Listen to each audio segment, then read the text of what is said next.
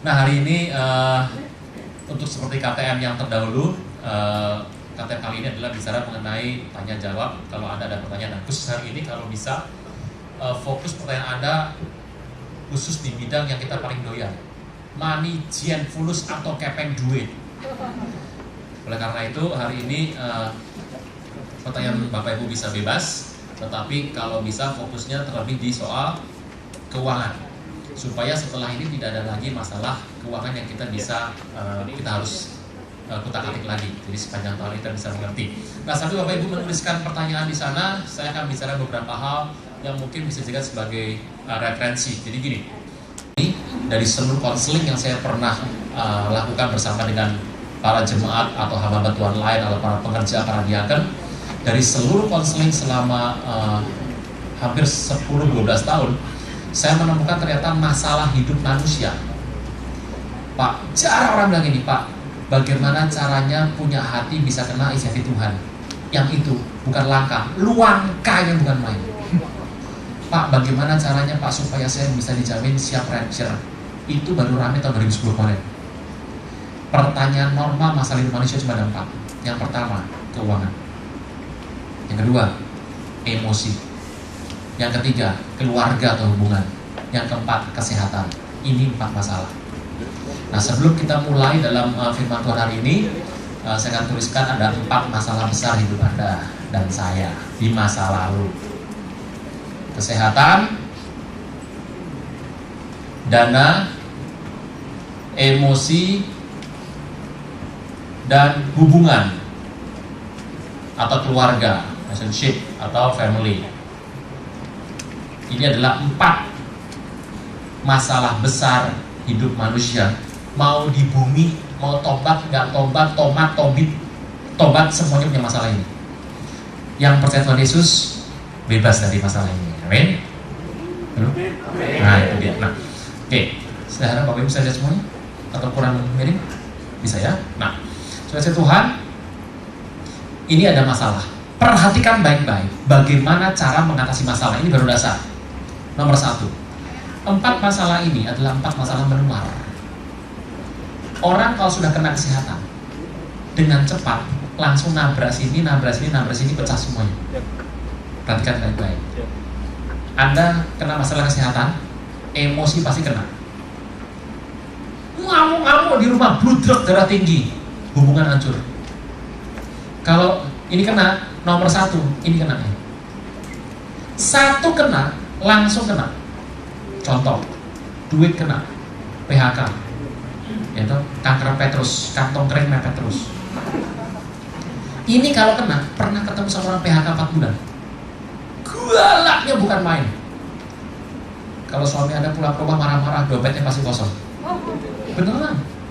Orang kalau sudah ini kosong 1, marahnya nomor 12. Ini kalau sudah kena di sini, relasi hancur, lebih galak. Tanpa urusannya jelas, marahnya cepat sekali. Setelah itu, bludruk, darah tinggi, SDSB, stres, diabetes, stroke, bablas. Coba satu nih, cerai, bubar masalah rumah tangga. Pertama kena emosi. Sebelum cerai, piring pring preng, mangkok pecah semua. Ini begitu cerai, gono gini tuh, bagi 2. Setelah itu, jerawat muncul. Masalah ini 1 kena, pasti nular. Perhatikan baik-baik bagaimana cara menangani. Kalau misalnya orang kena yang ini, biasanya langsung datang sama pendeta, minta tumpang tangan, dikerimpet sama pendeta. Nanti dulu, kalau ada kena yang ini, doa puasanya untuk yang ini. Nangkep? Anda doa ini, Anda doakan, ini selesai, dia sudah pindah ke sana. Anda doakan yang ini sembuh, pada saat ini sembuh, bibitnya sudah pindah ke sini. Anda kejar-kejaran kayak Tom and Jerry. Jadi kalau hari ini ada kena masalah di sini, Anda doa di sini. Nih, yang dikunci yang ini. Perhatikan orang baik-baik, kalau dia kena masalah di sini, dia langsung minta pendeta doakan di sini. Selama didoakan, dia sudah menularkan masalah ke sini. Didoakan pendeta, tapi di rumah mulai ngomel, bikin sakit hati orang. Anda sembuh, yang sakit hati nggak akan sembuh, muncul di sini. Ini lagi dibereskan, lari ke sini. Gitu. Jadi kunci di sini. Nah, ini salah satunya. Nah, hari ini kita mau bahas soal ini saja. Bisa ini? Oke, saya urutkan. Masalah kesehatan. Ini semua Tuhan berkarya, amin.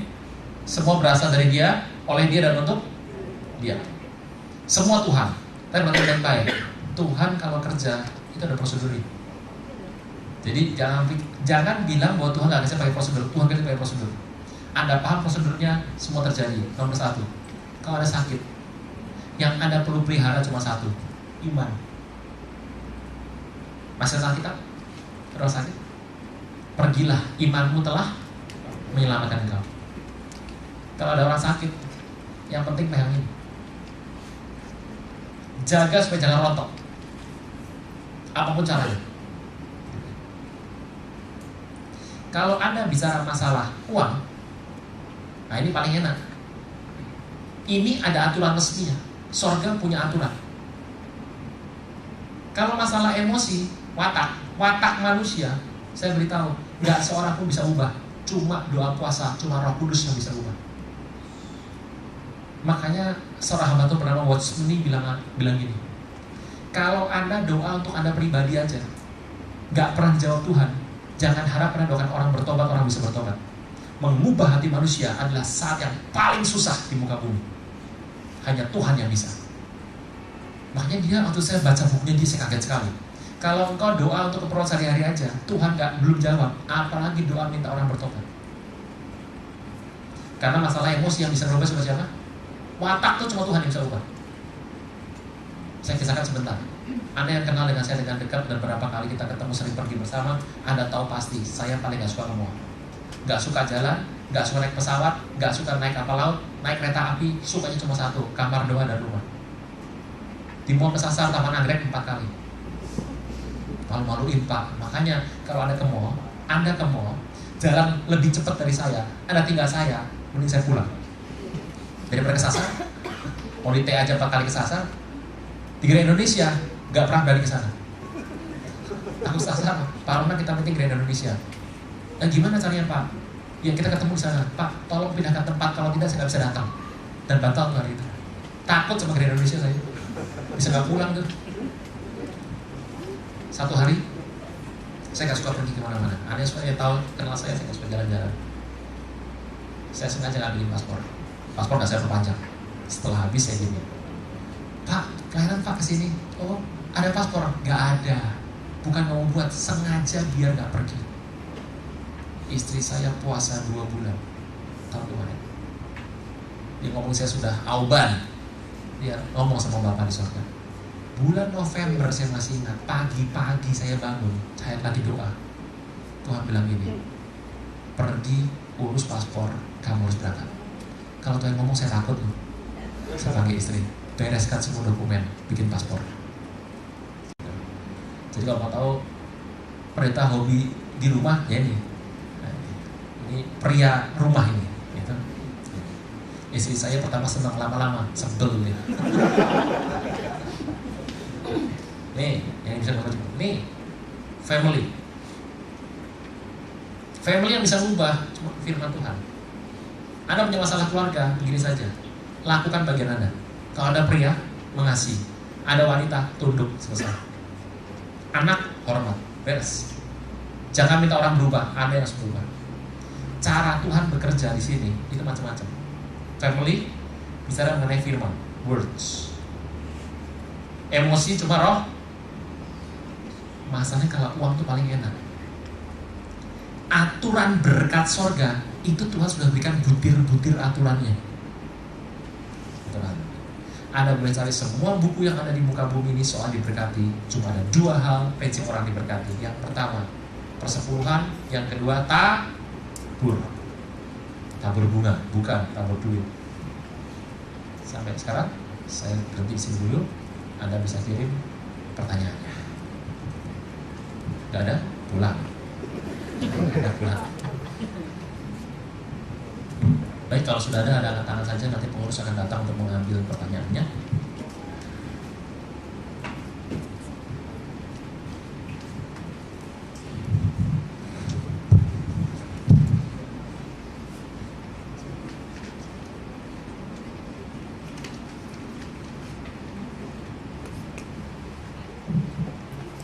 Anda duduk, saya juga duduk ya.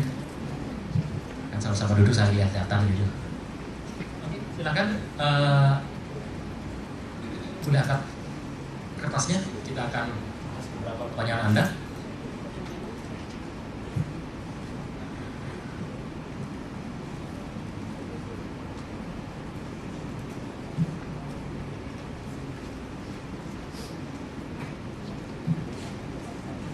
Bapak Ibu tolong ngerti, tahun sudah gak panjang lagi.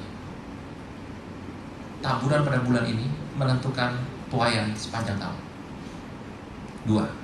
Persepuluhan. Persepuluhan itu ngitungnya bagaimana? Diambil dari hasil, bukan dari omset. Anda punya omset 10 juta.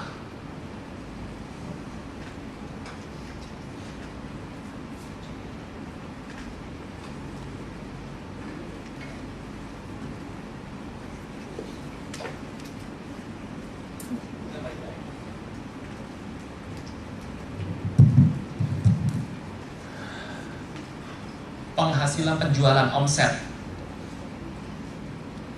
ada cost-nya tuh, cost barangnya tuh, cost of sale tuh 800. Laba potong, dipotong sama seluruh biaya untuk menghasilkan ini. Potong listrik boleh nggak? Boleh, listrik kantor bukan listrik rumah. Iya toh, utility. Potong bensin mobil kantor boleh? Boleh, potong sini. Karyawan boleh? Boleh, potong sini. Totalnya 50. Berapa ini? 150. Potong pajak boleh nggak? Boleh. Oh, ini perusahaan kok potong pajak sekalian, kasih tax aja. Laba bersih. Sebelum pajak, before tax. Tax 20. Ini laba bersih nih. Persepuluhan tidak, jangan. Pemiliknya perusahaan berapa orang? Pemilik perusahaannya 5 orang. Yang bertobat cuma 1, yang 4 enggak. Ada persepuluhan digebukin. Pasti. Anda nggak boleh pasang persepuluhan sama orang lain loh. Ini. Yang dipersepuluhkan cuma yang Anda bawa pulang. Apa? Dividen. Bagian Anda toh? Dari sini dipastikan bahwa 100 harus diinvest lagi, 30 dibagi. 100 reinvest, 30 dibagi. Karena ada pemiliknya 5, 1 orang dapat 6. Anda dapat 6. Yang masuk ke rumah Tuhan berapa? 0,6. Jangan dari sini. Saya mau kasih 100 Pak. Tuhan bilang kagak berhikmat. Pak, dapat pinjaman dari bank nih Pak, 1 miliar Pak, persepuluhan tidak? Kagak. Jangan. Usaha dulu, untungnya persepuluhan. Jangan pinjam dari bank 1 miliar persepuluhan. Waduh ya habis tuh semuanya. Nanti minta doa apa lilin tiap hari. Kan gak begitu.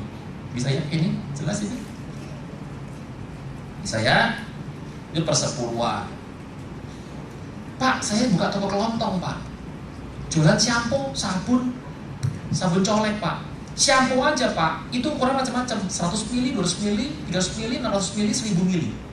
1 mili, yang 1000 mili Pak, ada 5 rasa. Rambutan, duren, pepaya.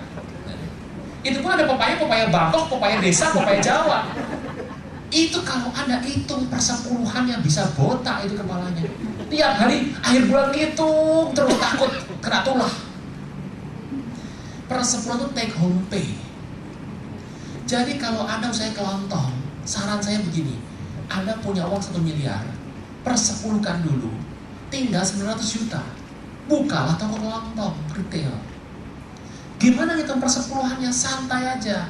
Begitu Anda buka laci, ngambil buat kepentingan pribadi, sekolah anak, nyalon, lesnya anak, beli mobil, yang penting itu usaha buat usahanya kepentingan Anda ya. Anda mulai pinter lagi. Kalau itu beli mobil Pak atas nama kantor yang pakai saya, nah itu dia tuh. Gak boleh.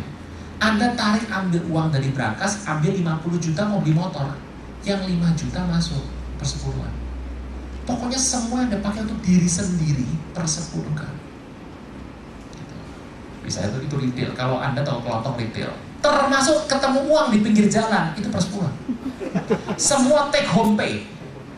Pak, saya dapat undian motor Pak. Bagaimana persepuluhannya Pak? Saya jual motornya persepuluhkan. Tidak boleh Anda seperti itu. Kalau Anda dapat undian mobil, jangan dijual persepuluhan. Dapat undian TV, jual persepuluhan, Tuhan marah. Nak, maunya apa nak? Situ doa minta mobil aku kasih, kamu jual. Kasih motor aku kasih, kamu jual. Kasih TV jual, kamu maunya apa? Kalau Anda dapat undian mobil, harga mobil 400 juta, Anda terima mobil, ucapan syukur. Anggap ya, ucapan syukur. Bersanya seberapa? Serelanya. Mobil 400 juta, Anda pakai itu mobil. Pakai aja. Buat siksa di tengah jalan, tabrak-tabrakan. 4 tahun kemudian tuh mobil harga 360 juta. Dijual toh? Pas dijual, dapat 60 juta toh? Uang toh? Bening kan? Yang 6 juta masuk.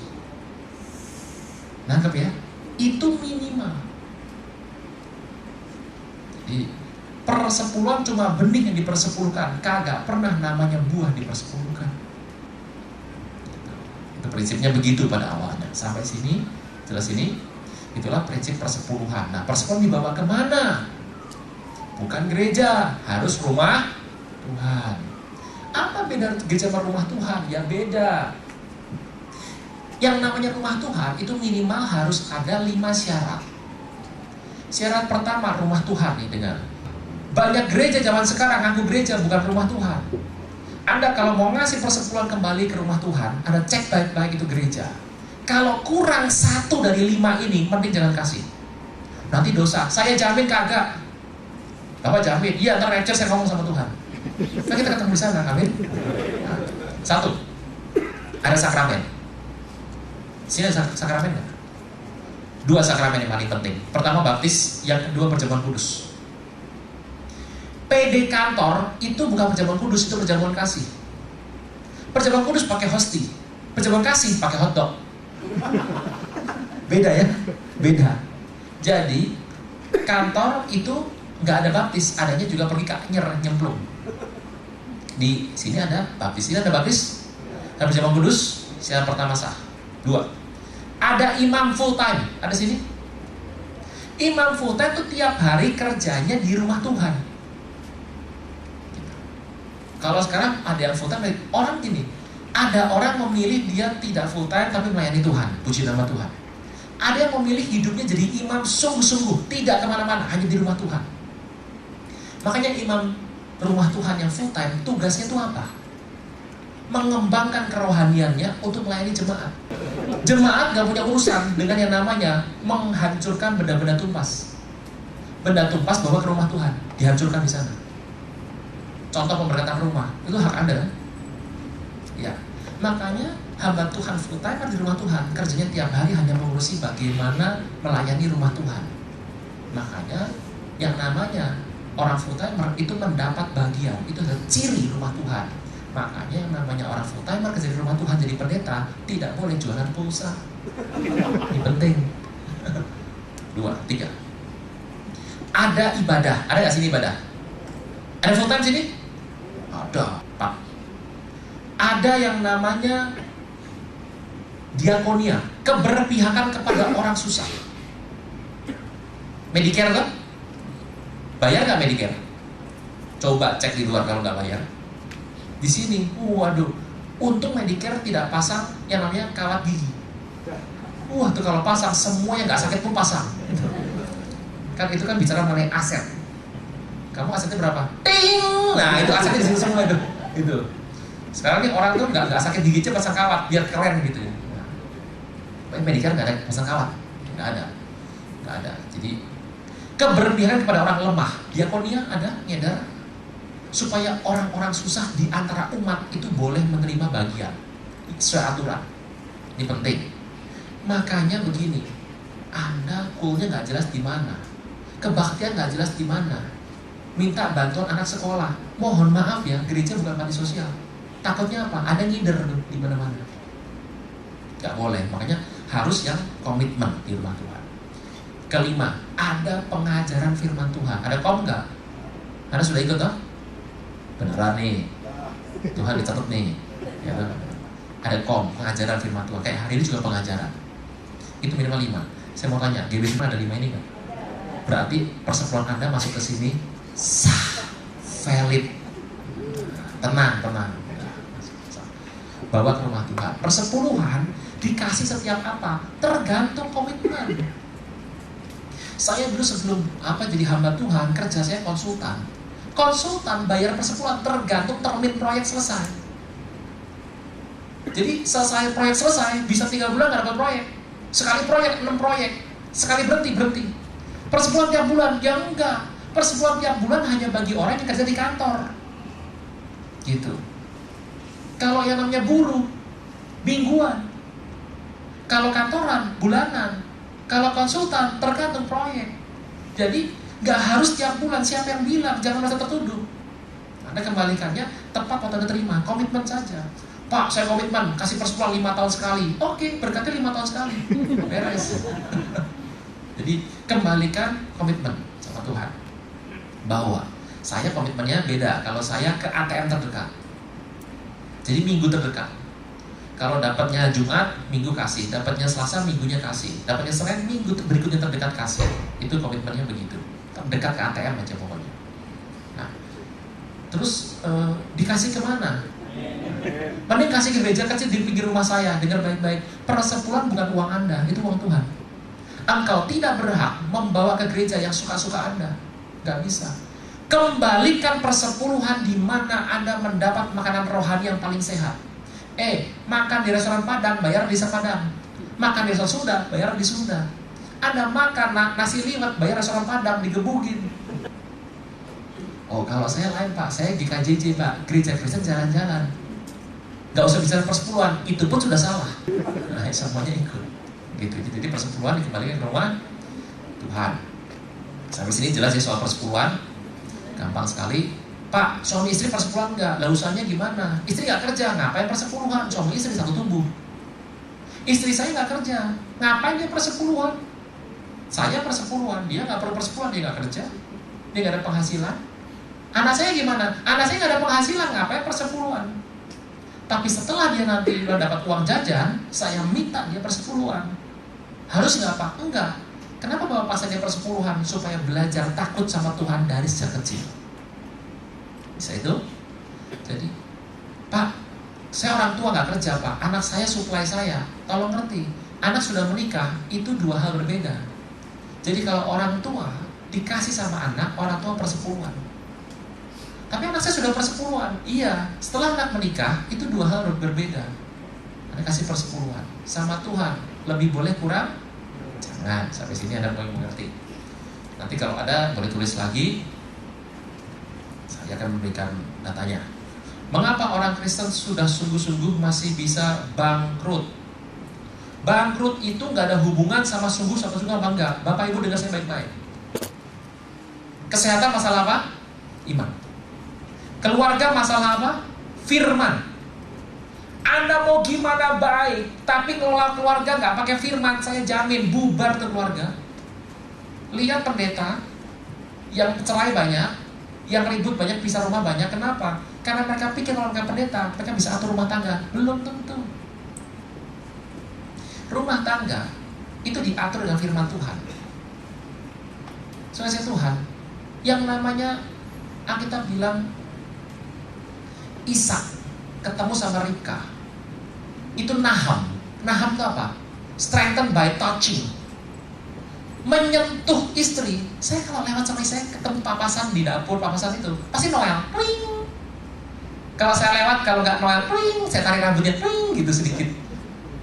Yang begitu, itu adalah memupuk kasih. Coba ketemu belakang nggak kenal, pasti berantem. Ngelola rumah tangga pakai firman. Gimana Anda baik? Saking baik, saking diam-diaman tiap hari. Nggak bakal kena. Harus pakai firman. 2. Emosi harus pakai doa. Ngerubah emosi orang, ngerubah watak orang. Nggak bisa ada cerewetin, berantem pasti. Harus pakai doa puasa. Yang enak masalah uang. Anda boleh rohani. Anda boleh ke gereja sering, kasih persepuluhan. Anda boleh ikut semua aturan gereja. Masalah keuangan, itu masalah prinsip surga. Anda lakukan, Anda diberkati. Anda nggak lakukan, gimana Anda hebat, tetap nggak diberkati. Kita lihat urutannya. Pertama, yang sulung harus korban. Itu prinsipnya.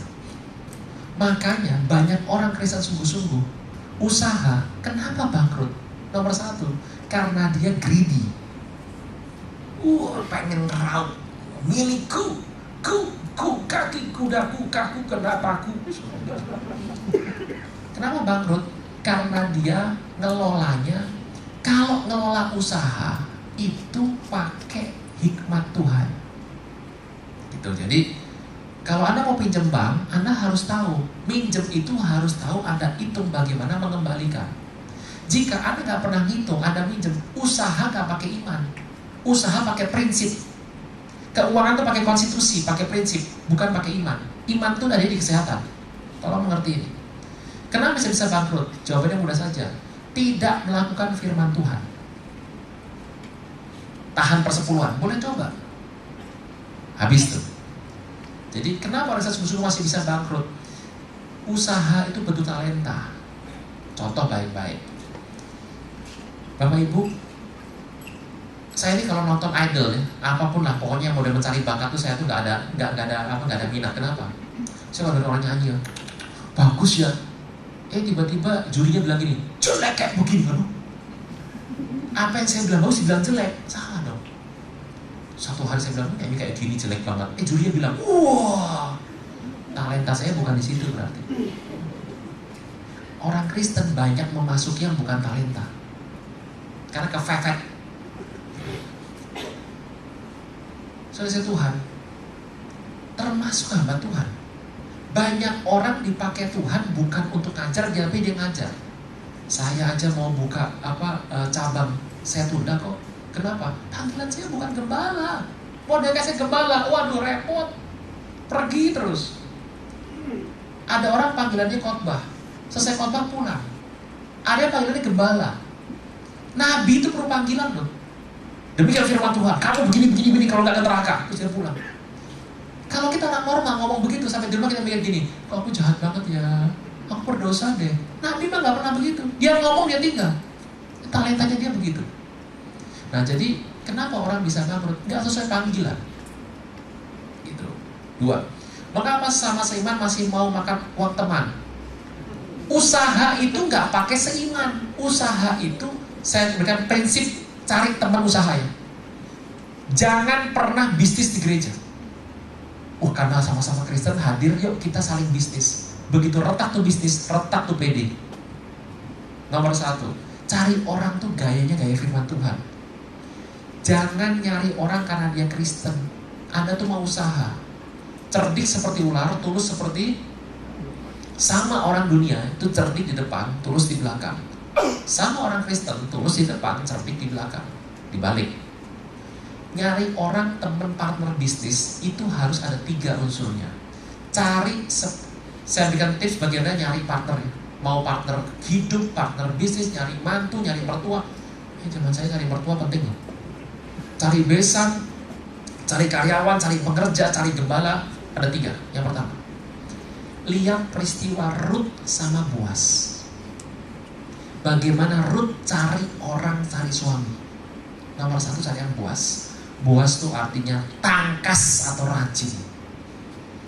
Kalau Anda mau cari partner, cari yang rajin. Kalau Anda mau cari mantu perempuan, datang ngelamar jam 7 pagi. Saya udah bilang sama istri saya. Jadi jangan sampai saya bilang jangan sampai ini dihindarkan.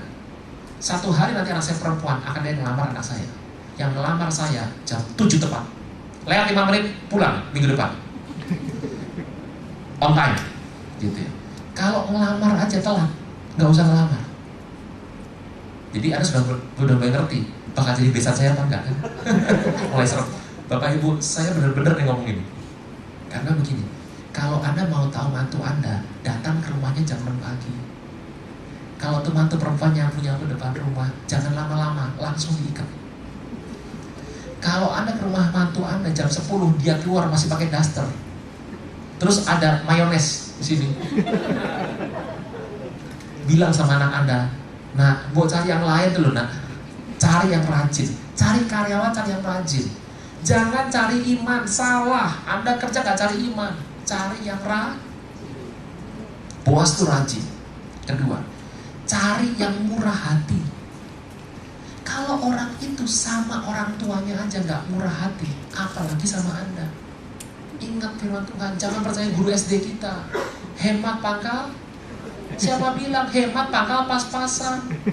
Gak ada cerita hemat pangkal kaya, buka di Alkitab. Sebarang siapa berhemat akan selalu berkekurangan. Hemat pangkal pas-pasan.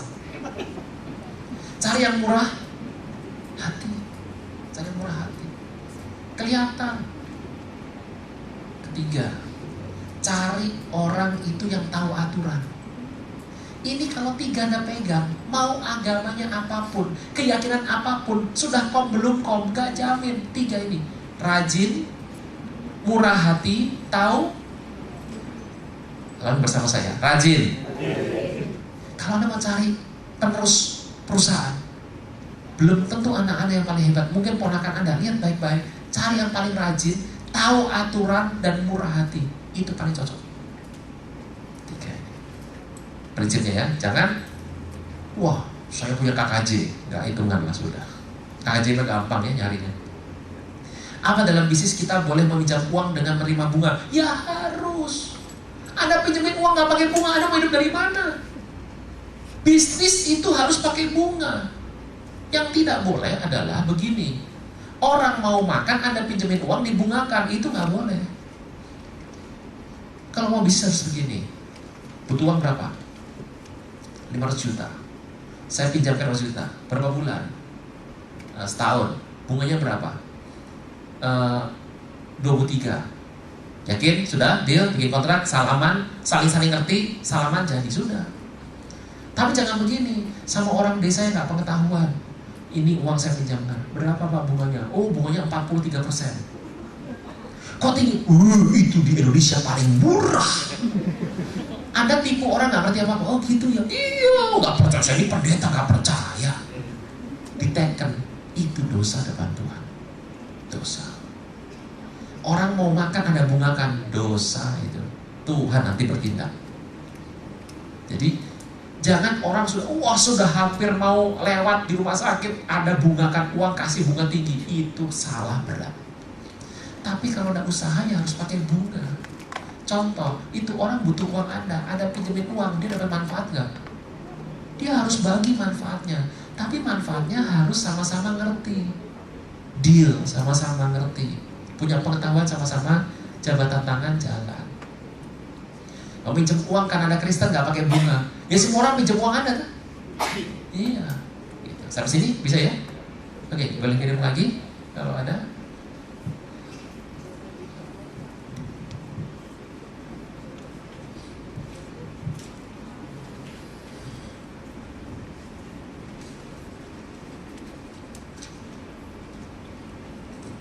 Upah itu harus diminta atau cukup bekerja dengan baik dalam aturan rohani dunia. Begini, kalau Anda kerja di dunia, dunia itu selalu mengukur yang namanya kompetensi. Justru Tuhan berikan kepada Anda satu hal yang bagus. Saya bacakan sebentar. Dunia itu bicara mengenai kompetensi. Dunia berani bayar Anda tinggi karena kompetensi. Kita lihat sebentar Amsal 18. Amsal 18 ayat 16 bilang begini. Hadiah memberi keluasan kepada orang, membawa dia menghadap orang-orang besar. Ini bahasanya nggak jelas. Coba bahasa Inggris bagus sekali. Man's gift makes a room for him and brings him before the great man. Hadiah, bukan hadiah, man's gift, karunia seseorang itu membuat hidupnya lebih luasa. Orang kalau nggak ketemu karunianya, kerja apa juga kepepet. Itu nggak jelas, ini nggak kepepet, segala nggak jelas. Orang kalau ketemu karunianya, itu hidupnya tenang. Karena ini penting, kenapa Tuhan harus ketemu karunia. Jadi kalau Anda punya karunia, itu membawa Anda hidupnya tenang. Saya memberikan sebuah contoh dengan baik. Pernahkah Anda melihat dulu Sakura dalam pelukan? Yang main film itu bulu tangkis Pak Lim Swee King. Dia menang Thomas terus-terusan All England. Terus karena dia terkenal dijadikan pemain untuk main film Sakura dalam pelukan. Bayangkan, pemain bulu tangkis suruh main romans.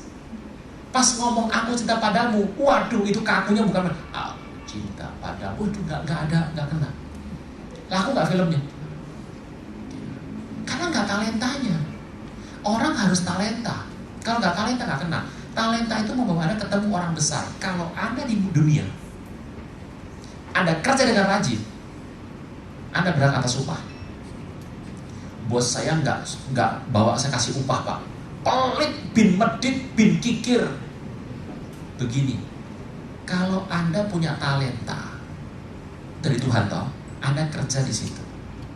Setelah kerja, Anda nggak dihargai seperti apa seharusnya di dunia ya. Anda coba doa sama Tuhan, tanya, Anda harus pindah apa enggak? Kalau Tuhan suruh pindah, jangan mikir 2 kali. Nah, cara pindah tuh gimana? Ingat buku KOM 200. Yang belum KOM nanti don't miss it, be there. Kepuasan, satisfaction, pencapaian, achievement, pembelajaran atau learning. Ini 3 hal penting untuk Anda mau tetap di situ atau pindah, termasuk di gereja dalam pelayanan. Yang benar saya tunda dulu ya, ini jauh lebih rumit soalnya. Kalau Anda di perusahaan, coba lihat ini. Sekarang itu Anda masih terima kepuasan nggak di pekerjaan Anda? Kalau itu talenta Anda akan puas sekali. Apa jadi orang puas sih? Sering lupa waktu. Kalau di kantor kerjanya cuma begini tiap hari. Kapan liburnya? Libur kepepet kapan ya? Hitung-hitung tiap hari, hitung-hitung, mending keluar loh, bener. I hate Monday, Thanksgiving is Friday, keluar aja. Ngeri itu, nggak rajin. Gitu, nggak rajin. Makanya dulu kalau di tempat saya, itu kan kalau jam 5 pulang, saya liatin tuh. Yang jam 5 kurang 4 menit, depan mesin acan gini. Teng, teng, teng, set. Besok SP1 semua itu. Gak ada loyalitas sama sekali. Terus mulai pinter, 5 lewat 2 menit, sama aja. Sama aja itu. Gak ada apa fighting spiritnya. Anda merasa puas gak kerja sekarang? Apa? Anda merasa menemukan hidup Anda di situ. Sering lupa waktu, bergairah kalau ngomong gitu ya. Ini Pak Iqbal sudah duduk depan nih. Kenapa? Jam 9 masih begini. Kemarin saya ngajar kom di IKM. Saya tanya sama mereka, kita pulang jam berapa saudara? Ada nyeletuk, nekat. Harusnya jam setengah 10 pulang. Dia bilang, 11 Pak. Gerr, semua ketawa. Saya bilang, beneran? Bener. Mereka pikir bohong. Saya pulang 11 lewat 10. Sejak itu tidak ada yang berani lagi bercanda. Pulang jam berapa? Setengah 10 Pak. Ya, saya jam 11 belum hilang energi nih, masih pengen ngajar. Fase kedua, Anda di perusahaan bisa mencapai apa lagi? Ada posisi lagi nggak? Ada pembelajaran nggak? Misalnya gini, di perusahaan itu Anda sudah paling pintar. Wah, bos gede, hobinya konseling sama Anda. Kedua, posisi Anda paling mentok. Kenapa? Di atas Anda itu COO, Child of the Owner, bukan CEO, COO. Itu paling tinggi udah. Dan di perusahaan Anda nggak ngalami kepuasan. Ini udah bunyi 3-3 nih, teng teng teng, indah. Kalau bunyi baru 1, doa. Bunyi baru 2, coba cari pendapat teman-teman, mulai rancakan surat, cari yang di luar. 3 bunyi, keluar, cari yang lain. Karena dunia Anda di dunia kerja, Tuhan minta untuk mengembangkan talenta. Itu yang dipertaruhkan nanti waktu Anda ketemu sama Tuhan. Boleh minta upah nggak? Boleh. Datang sama bos, ngomong baik-baik. Saya rasa bahwa di sini ini tanggung jawab saya, beban saya jauh lebih besar dari apa yang saya bisa terima. Sekiranya bos bisa sedikit mengadjust sesuatu, saya rasa saya akan punya tambahan kekuatan untuk bisa terus memberikan benefit buat perusahaan ini. Artinya ngomong apa sih kayak gitu? Naik duit bos. Itu bahasanya ketinggian gitu ya. Itu kalau saya dulu ngomong gitu. Sampai sini bisa. Sekarang kita lihat bagaimana kalau itu di pelayanan. Masalahnya kalau pelayanan yang ngasih upah Tuhan. Jadi kalau Anda mau pindah, tanya sama Tuhan. Gampang ngecek Anda di pelayanan itu oke nggak oke. Jangan dilakukan, tapi saya berikan tips. Orang keluar dari pelayanan, rohani jatuh, berarti belum waktunya Tuhan. Gitu aja. Jadi kalau Anda mau minta upah di pelayanan, jangan pernah minta upah. Upah datang dari Tuhan, nggak pernah kita kira. Kalau di pelayanan, gimana Pak? Upah itu diminta atau gimana? Bilang sama Tuhan, Tuhan, berikan kepadaku sejahtera. Ciri Anda betul apa tidak melangkah keluar apa tidak gampang. Begitu melangkah keluar, tambah remuk rohaninya, tambah tidak sungguh-sungguh, itu berarti salah. Itu adalah ciri aturan bagi anak Tuhan. Kalau di kerjaan silakan aja. Kenapa orang kafir tidak bayar persepuluhan tapi kok diberkati sementara kita bayar persepuluhan belum diberkati? Oh nanti dulu, dengar cerita ini dulu. Anda harus jadi hamba Tuhan. Saya kenal satu orang, saya nggak mau sebut namanya. Hari ini asetnya seharga 3 triliun. Itu uang loh, bukan lemper loh, bukan bakso ikan tuh, uang itu 3 triliun asetnya. Suami istri tinggal terpisah. Kakak adik pestol-pestolan. Bapak sama anak kebutuhan fisik dan saling nggak mau ngomong. Harus mereka minta maaf masing-masing. Dan kalau berantem, masing-masing saling mengerahkan bodyguard. Uangnya berapa tadi? Saya mau tanya, nggak kebaikan persepuluhan, tapi kalau orang luar lihat, waduh, harmonisnya begini. Janjian, datang ke pesta jam berapa? Ketemu di tempat ini, naik mobil bersama. Nanti turun dari bersama gandengan. Pulang sendiri-sendiri. Saya mau tanya, yang Anda lihat yang gandengan itu? Jadi jangan lihat dari luar, gitu ya. Saya kenal satu orang, tiap hari kalau nggak dikasih obat nggak bisa tidur. Nggak bisa tidur. Itu sarapannya bukan di Indonesia. Makan siangnya bukan di Indonesia. Jadi sarapan, makan siang, makan malam beda terus tempatnya. Tapi tiap malam obatnya, sekali kalau ada obat, sampai bilang gini, aduh Pak maaf ya, malu saya, obatnya ada 12 macam, berwarna-warni. Ngeri loh, ngeri sekali. Cuma saya nggak bisa sebut orangnya. Jadi jangan pernah Anda merasa iri sama orang fasik. Orang fasik, ya ampun, mending kayak saya, punya penyakit pelor, nempel molor. Bagaimana memberikan berkat dari Tuhan dan dari setan? Begini, saya Tuhan, berkat Tuhan itu selalu datang dengan cara yang mendadak, sekonyong-konyong, ujuk-ujuk, sadet, saknyet, suddenly. Nah, gitu. Kedua, berkat Tuhan biasanya tidak ada korelasinya dari pekerjaan Anda. Anda sudah kerja, begitu langsung if A maka B. Nggak begitu. Coba hitung berkat dari Tuhan tiba-tiba dari hidup Anda. Biasanya tiba-tiba. Anda nggak pernah pikir tiba-tiba muncul. Kalau dari setan, jelas tawarannya. Jika kamu seperti ini, maka kamu begitu. Kamu potong ayam cemani, dapat berkat 10 miliar. Kamu potong anakmu sendiri, kamu dapat berkat 10 triliun. Jelas urusan Anda kalau pergi ke gunung itu jelas. Semedi sana, tunggu buah jatuh atau daun jatuh. Daun jatuh lurah, gitu. Kembang jatuh camat, buah jatuh, wah Anda bisa jadi menteri. Jelas urusannya. Ada if A maka B, jika ini maka ini. Itu Tuhan, itu dari setan. Tuhan gak ada korelasinya. Apakah kalau Anda sudah melayani 10 tahun, Anda pasti diberkati lebih besar daripada melayani 2 tahun? Belum tentu. Berkat Tuhan datangnya apa? Sekonyong? Konyong gitu. Jadi gampang membedakannya. Shalom Pak, shalom. Kalau saya punya aset mau dijual untuk menutupi biaya operasional kantor karena kondisi merugi, apa harus persepuluhan? Persepuluhan diberikan karena Anda punya hasil. Kalau nggak ada hasil persepuluhan, itu namanya sebetulnya bukan persepuluhan. Mending Anda ucapan syukur aja. Persepuluhan itu dari hasil. Oh, tidak menghasilkan kalau persepuluhan. Dari ucapan syukur aja. Ini biasanya begini nih. Kalau bapak ibu begini, biasanya Anda itu ngasih persepuluhannya rutin 10 juta tiap bulan. Nggak gitu, tergantung Anda punya penghasilan berapa. Persepuluhan tuh naik turun tergantung penghasilan, kecuali gaji. Bulan depan persepuluhan masih naik dong. Mau ampaunya tebel, mau tipis apa tebel? Berarti harus beda persepuluhannya, gitu aja. Kalau saya curiga loh, orang ngasih persepuluhan itu 10 juta terus. Ini nggak ngerti persepuluhan artinya apa pasti. Persepuluhan itu pasti naik turun, pasti. Dua tinggi berkat Tuhan tau, dua tinggi itu persepuluhan. Kalau flat persepuluhan, saya khawatir itu bukan persepuluhan, dia potong pokoknya rata. Hati-hati, menurut saya enggak. Persepuluhan hanya diberikan kepada orang yang menghasilkan. Apa yang sedang firman Tuhan yang berkata, ikatlah persahabatan dengan Mamon. Oh, gini. Anda punya uang kan? Ikatlah persahabatan dengan Mamon supaya nanti kalau Mamon tidak berguna lagi, engkau diterima di kemah abadi.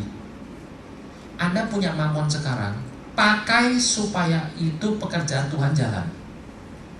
Jadi Anda ikat persahabatan dengan Mamon. Mamon itu membuat Anda bisa bersahabat. Masih ingat gak saya terangkan di tempat ini? Dalam doa, bukan KTM, doa di sini. Ada nabur. Tahun-tahun nabur. Pakai uang Anda untuk mempermudah ibadah. Jadi uang itu kan adalah uang itu bukan dari kultur Yahudi, bukan. Itu kultur fasik itu. Orang Asyur itu. Tapi Anda harus pakai uang supaya uang itu membuat ibadah Anda tambah lancar. Contoh, kalau Anda punya uang, nanti kan uang itu bisa nggak berharga kan? Anda harus menjamin uang yang Anda punya sekarang menjamin Anda ke surga nanti. Nomor 1, kalau punya uang, beli stereo set, dengeran CD rohani sambil nyembah Tuhan di rumah. Kalau Anda punya uang, beli motor, beli supaya apa? Lebih cepat ke rumah Tuhan, supaya nggak capek. Bila perlu, beli mobil. Kalau ada, beli. Bila perlu, bikin PD di rumah Anda. Jadi uang itu dipakai untuk apa? Menjamin, tanda kutip, dari sisi Anda ya, bahwa Anda dekat sama surga. Gitu. Itu dipakai, itu artinya mengingat persahabatan dengan Mamon. Pakai uang Anda untuk mempermudah ibadah Anda. Semuanya. Gitu. Itu arti katanya begitu. Bagaimana cara memelihara iman sampai garis akhir? Gampang, ikuti firman Tuhan. Yang kita bilang jangan dilakukan, yang dilakukan jangan tidak dilakukan. Pelihara iman timbul dari pendengaran akan firman Tuhan. Baca firman tiap hari, dilakukan. Itu pelihara iman sampai garis akhir. Boleh balas orang gak? Pembalasan hak siapa? Kalau ada orang salah sama Anda, yang salah itu bukan pembalasan loh. Ada orang salah sama Anda balas dia, pembalasan hak Tuhan. Kalau Anda balas orang itu, Anda pengen jadi seperti Tuhan, makanya rohani Anda jatuh. Kalau ada orang salah sama Anda, dia harus dibalas, harus, tapi yang balas bukan Anda. Makanya kalau orang melakukan pembalasan, itu adalah milik Tuhan, Anda ambil milik Tuhan, Anda jadi seperti Tuhan, Anda pasti jatuh. Nah, bagaimana caranya memelihara iman? Kalau kita bilang jangan dibalas, titik sudah. Jangan dipertanyakan itu, yang seperti itu. Iman Anda terjaga. Apakah mahkota kemuliaan sama mahkota kehidupan sama? Lain. Alkitab bilang ada orang terima mahkota kehidupan, ada mahkota kemuliaan. Kalau nggak salah kemuliaan itu yang menantikan Tuhan, kehidupan bagi orang yang melakukan kehendak Tuhan atau pengembalaan. Jadi itu lain. Mahkota itu macam-macam modelnya. Kalau suami belum bertobat dan merongrong istri, apa istri harus tunduk terus? Tergantung apa rongrongannya. Semua orang itu harus taat sama pemimpin. Istri harus taat sama suami, tapi tidak harus yang namanya nurut. Ngerti maksudnya? Herodes bilang, bunuh semua anak. Yusuf itu taat sama Herodes, dia nggak ngelawan, tapi dia nggak nurut, dia pergi ke Mesir. Jadi intinya seperti itu. Anda harus taat, tapi kan ada batasnya. Misalnya diminta supaya Anda meninggalkan Tuhan Yesus. Anda taat sama suami, taat itu masalah hati, nurut masalah tindakan. Anda taat sama suami Anda, tapi Anda nggak nurut, gitu loh. Jadi bedakan masalah ini. Ini orang apanya dulu nih, gitu. Kalau suruh tinggalkan Yesus ya jangan nurut, tapi tetap taat, gitu. Jangan cari ribut. Iya, tapi Anda nggak usah nurut. Untuk yang meninggalkan Yesus ya, jangan yang lain loh ini, gitu. Doa di rumah kencang-kencang pakai bahasa ngawur kayak gitu, bikin malu suami. Dia kurangi suaranya dalam hati. Toh doa bahasa lidah dengan keluar dengan di hati sama kan kualitasnya sama. Anda nggak kurang apa-apa kok, gitu. Ke gereja terus dari pagi sampai malam. Emang gereja berapa lama? 2 jam kan? Selesai acara pulang, gitu. Apakah syarat masuk surga harus memakai mahkota? Loh, nggak salah. Ke surga dulu terima mahkota. Apakah syarat ke surga harus pakai mahkota? Oh ya enggak. Ke surga dulu nanti diupah mahkota. Kalau Anda masuk surga pakai mahkota beli di mana?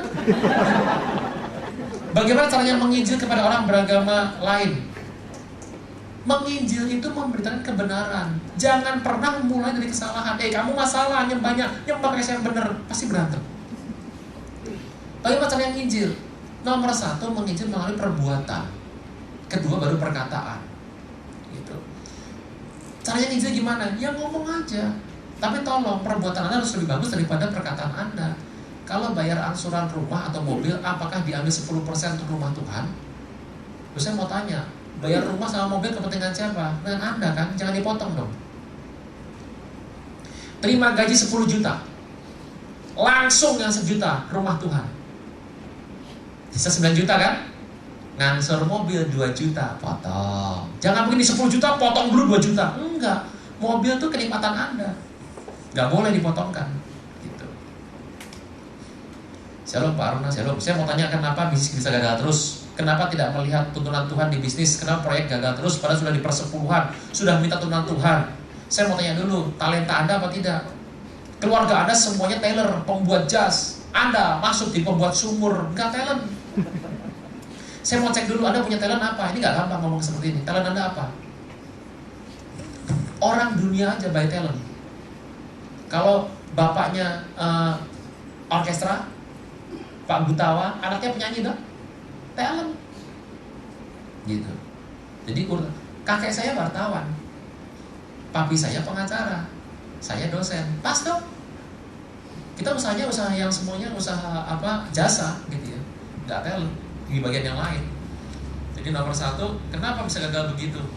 Tergantung talent nggak, Tuhan suruh nggak. Jangan pernah bilang kasih persepuluhan, itu akan menyelesaikan semuanya. Nanti masih ada banyak urusannya lagi. 1, Anda usaha sesuai firman Tuhan nggak? Ada tipuan nggak di sana? Atau seakan-akan mau menipu? Itu juga termasuk loh, intens hati. 1, talent apa enggak? 2, tukang masak. Orang tukang masak itu kalau nyoba paling banyak 2 kali. Tambah, sajikan. Itu jago masak. Tambah. Itu doyan. 10 kali coba, nggak kena ini nggak bisa masak. Kalau bisa masak, cerot sekali. Tambah dikit, udah langsung sajikan aja. Di mana kalau masak nyoba sekali 2 kali, kalau nyampe sudah lebih dari 4 kali. Jangan pernah buka restoran. Buat di rumah aja. Paling ngomelin paling suami sama istri. Saya mau tanya itu apa enggak? 2. Waktu Anda usaha, tolong ngerti, Anda harus punya urut-urutan standarisasi. Nggak perlu hebat, yang penting standar. Contohnya apa? Bukan restoran Padang, ya sambal hijau harus ada. Kalau nggak ada, bukan Padang. Itu harus, itu standar. Anda nggak ngerti ini, terus jatuh usahanya sepi, yang sana rame, dasar melet saya loh, jadi orang prasangka buruk. Anda nggak tahu standarnya apa, kan gitu. Kan jelas gitu ya. Bikin sop buntut ya harus ada jeruknya, gitu. Namanya soto, disajikan nggak pakai perkedel, nggak pakai tempe. Soto apaan? Kan harus ada standarnya seperti itu. Nah, saya mau tanya, Anda sudah sadar belum? Gitu. Anda mau jual di mana dulu? Kelasnya harus ada. Juga Anda pakai usahanya cara manusia apa cara Tuhan, cara dunia apa tidak? Gitu. Masuk usaha doakan, pulang doakan. Gitu. Berkati kiri kanan, jangan ini sepi semua, aku paling ramai. Dijarah pasti Anda. Jadi kenapa sudah untuk bisa gagal dalam bisnis itu ada yang bawaan, ada juga yang kutuk keturunan. Nah, ini harus dipatahkan dengan cara apa? Baptis. Baptis itu penting sekali. Nanti minggu depan, hari Minggu dah, yang kita bahas soal baptisan. Baptis bukan di kepret, itu teh celup. Ya, tadi enggak, celup masuk. Pak, saya pernah mendengar bahwa dosa itu menghalangi berkat. Betul. Pemiskinan paling cepat di muka bumi. Dengar saya baik-baik. Pemiskinan paling cepat. Pertama, Anda ikut kuasa gelap. Itu miskinnya cepat banget tuh. Kalau engkau Anda, bapak Anda ikut seperti ini, cepat-cepat bertobat, minta baptis, putus semua. Kedua, perzinahan. Cepat banget miskinnya. Dengar saya baik-baik. Dua ini paling cepat. Kalau sudah dua ini kena nih, pendeta yang akan nolongin, tapi saya beritahu, butuh waktu agak panjang. Kalau saya dengar begini, konselingnya pertama gini dulu. Anda kena masalah apa? Kalau salah satu kena, saya pasti bilang gini, pulang dulu, ketemu saya hari ini, kita spare waktu 5 jam untuk bicara. Ini dua nih, dengar saya baik-baik. Jangan sampai kena nih, satu. Termasuk yang ini, yang suka sama zodiak sudah nangis tuh sekarang. Sekarang zodiak bukan 12, 13 sekarang. Yang dulunya Libra sekarang Virgo, mundur semua. Kacau balau sekarang. Beruntung kita tidak pernah ikut zodiak. Nah, udah baca koran belum? Baca koran. Zodiak saya, wah, Virgo, asmara, kering kerontang. Yang begini hati-hati. Pemiskinan paling cepat itu saya dari dua pengalaman saya cuma ada dua. Satu, main kuasa gelap. Wah, ini miskinnya cepat sekali. Bapak Anda main kuasa gelap. Itu berkat Anda dibayar di depan gitu. Saya mau pesugihan, makin kaya. Jangan lupa, kalau engkau Anda pesugihan makin kaya, itu engkau Anda bisa kaya kenapa? Berkat anak cucunya dibayar di depan semua. Setelah itu anak cucunya ngambil apa? Ngais sisa-sisa semua. Makanya orang main kuasa gelap itu ngambil pay in advance, ngambil di depan. Satu, main kuasa. Makanya orang-orang yang suka main kuasa gelap atau terlibat biasanya rontoknya cepat. Dua, perzinahan cepat banget. Hati-hati. Apakah mungkin kalau orang berbuat dosa asal beli 10%, tabur uang tetap diberkati? Tidak bisa. Jadi gini, berkat ada dua macam ya. Maaf. Ada yang dari atas, ada yang dari bawah. Nomor satu, berkat itu begini, ini prinsipnya berkat nih.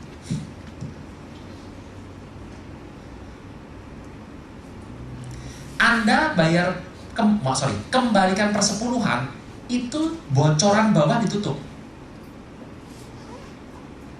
Anda nabur, yang atas turun. Ngerti ya? Anda suka sumbang gereja, sumbang acara gereja, persepuluhannya macam-macam. Ininya gede, bocornya gede. Belalang pelompat pengerit pindahan. Belalang pengerit pelompat pindahan yang dimakan itu gandum. Tetapi zaman sekarang yang dimakan, lihat, belalang cuma ada dua macam, di kitab Yesaya sama kitab Wahyu. Belalang Wahyu yang dimakan adalah anak Anda, kesehatan Anda, kedamaian Anda, sukacita Anda dimakan semua. Kenapa ada kembalian persepuluhan? Untuk dijamin ini terkunci. Saya jamin kok, kalau Anda 10 tahun gak pernah ke rumah sakit, sehat walafiat, pasti Anda juga perlu uangnya banyak kok. Yang membuat kita ngabisin uang adalah pengeluaran tiba-tiba. Ini turun hanya karena nabur. Orang sudah kasih persepuluhan, ini nutup. Nabur ini turun, buat dosa lagi, bocor lagi. Gitu. Jadi percuma sebetulnya. Banyak orang Kristen jadi batu sandungan bahkan terhadap orang Kristen sesamanya. Pak, bagaimana caranya agar saya tidak jadi orang seperti itu? Ya jangan niru mereka. Karena kadang tanpa sadar kita sudah di batu sandungan buat orang lain gampang. Gini, pegang firman, paksa firman jadi dalam hidup Anda, jangan paksa orang lain. Satu, saya ulang ya, pegang firman, paksa jadi. Artinya apa? Konsisten dalam ucapan, berpegang pada sumpah walaupun rugi. Tapi jangan paksa orang lain. Gitu, paksa. Bisa ya? Ini udah nurun bawah. Pak, bagaimana cara kita mendoakan orang tua kita yang sudah dipanggil Tuhan? Mendoakan apanya lagi? Dipanggil Tuhan gak bisa didoakan. Bapak Ibu, Anda harus lakukan tugas Tuhan bagi hidup Anda aja. Yang sudah meninggal, gak usah didoakan. Nambahin, habisin waktu. Mending doakan tetangga sebelah. Orang sudah mati, Anda gak bisa doakan lagi. Anda harus terima ini, buka. Kalau Anda bisa, kenapa sih Tuhan? Anda malah kecewa sama Tuhan, malah bahaya. Kita bilang, tidak bisa, sudah. Jadi gak usah diperpanjang. Gak bisa. Kita selesai. Amin. Bapak di surga, terima kasih buat pada malam hari ini. Anugerah-Mu begitu berlimpah dalam kehidupan kami, dengan boleh mengerti. Kami sebagai anak Tuhan tidak keluar dari rencana Tuhan. Kami tidak terpikat dengan tawaran-tawaran dunia atau olahraga-olahraga, liturgi-liturgi, acara ritual-ritual yang sepertinya itu membuat kemudahan, tapi jauh daripada Tuhan. Biarlah diberikan hikmat pengertian supaya kami takut akan Tuhan dan kami punya roh Tuhan yang berpihak kepada orang lemah. Dua roh ini yang membedakan Adam dengan Tuhan Yesus. Terima kasih Tuhan Yesus, berikan hikmat lebih lagi karena hamba terbatas, hamba selesai bicara. Anugerah-Mu berlimpah dalam kehidupan kami. Terima kasih Tuhan Yesus, kami kembalikan pujian hormat hanya bagi nama-Mu. Dalam nama Tuhan Yesus yang percaya katakan amin.